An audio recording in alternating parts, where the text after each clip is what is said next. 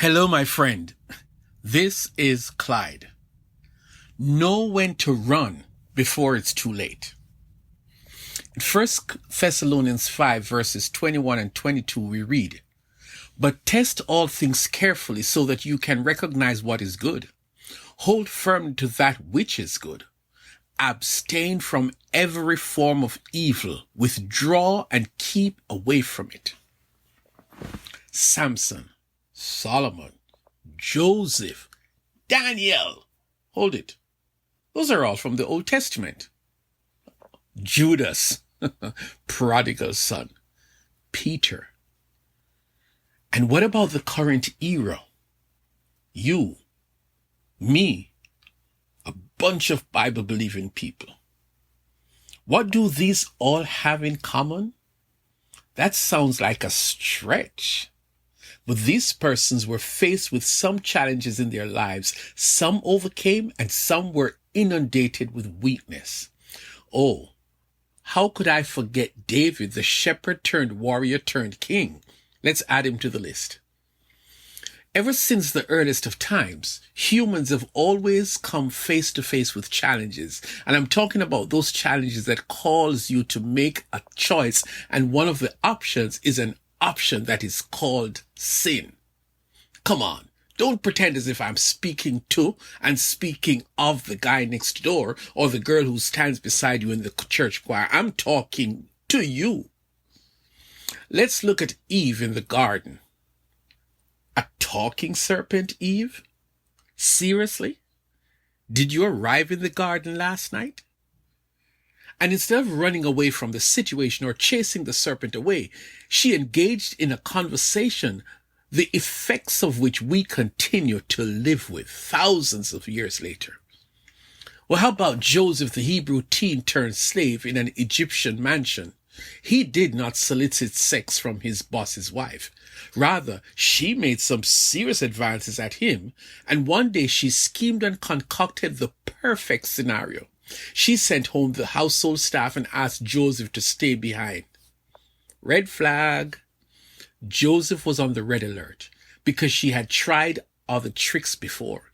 So when she made her move, Joseph still had his running shoes on, and boy did he run all the way into prison for something that he did not do.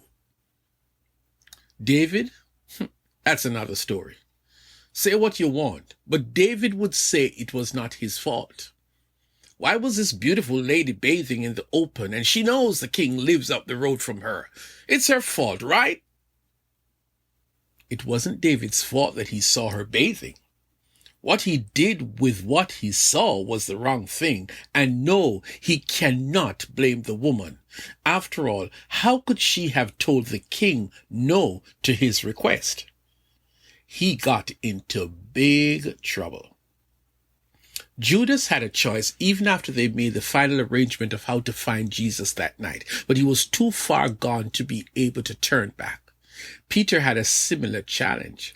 After the third round of profanity and denial and anger, Peter heard himself saying it wouldn't happen, but it just happened, not once, not twice, but he denied his friend Jesus 3 times with emphasis.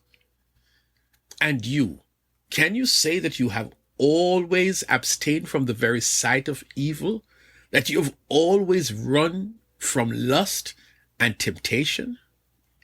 The text speaks so loudly that you could hear it 1,000 miles away. Stay away from anything that looks like, smells like, and feels like sin. First of all, the first line tells us that we should test everything to make sure it is good. That is the positive expectation. If the event fails the test, if the event is not convincing as far as the benchmark of good is concerned, then you might want to do what the second line says. Abstain from every form of evil. Withdraw and keep away from it. In other words, Eve, don't stick around and talk to the serpent. Trouble. Samson, notice what Delilah was doing, asking you the same question about your strength over and over. Trouble. And as for David, on your way down from the roof, drop the idea, my friend. Even after the woman has come into the palace, apologize to her and send her back home. She is not your wife. I admire the courage of Daniel and his friends. They refused to eat food offered to idols, and since they were not guests of the king, they realized that they had to make an unpopular decision. They opted instead for bread and water. The real lesson in the text is that, firstly, the child of God is being strongly advised that before you jump into any serious activities and regret it after, like Daniel and those guys who knew what their religion taught them, if it is evil in the faintest manner, run away as far as the east is from the west. We now understand what is being asked of us. Evil might be calling your name, but you don't have to respond. Keep walking and break into a dash if possible if you feel that it is increasingly more difficult to say no. In fact, if it comes right down to it, run, stay away from it, abstain, whatever works for you. Do not fall for the trick of the devil. He packages sin always in very attractive ways that each time it becomes increasingly difficult to say no. The reason we are told to abstain from sin or run away from evil is exactly what James talks about in chapter 1. But each one is tempted when he is dragged away, enticed and baited to commit sin by his own worldly desire, lust, and passion. Then when the illicit desire has conceived, it gives birth to sin, and when sin has run its course, it gives birth to death. Isn't that the truth? The thing that was presented so attractive, Joseph ran and left it behind. Solomon was warned, but he fell for one, then two, then 1,000 women.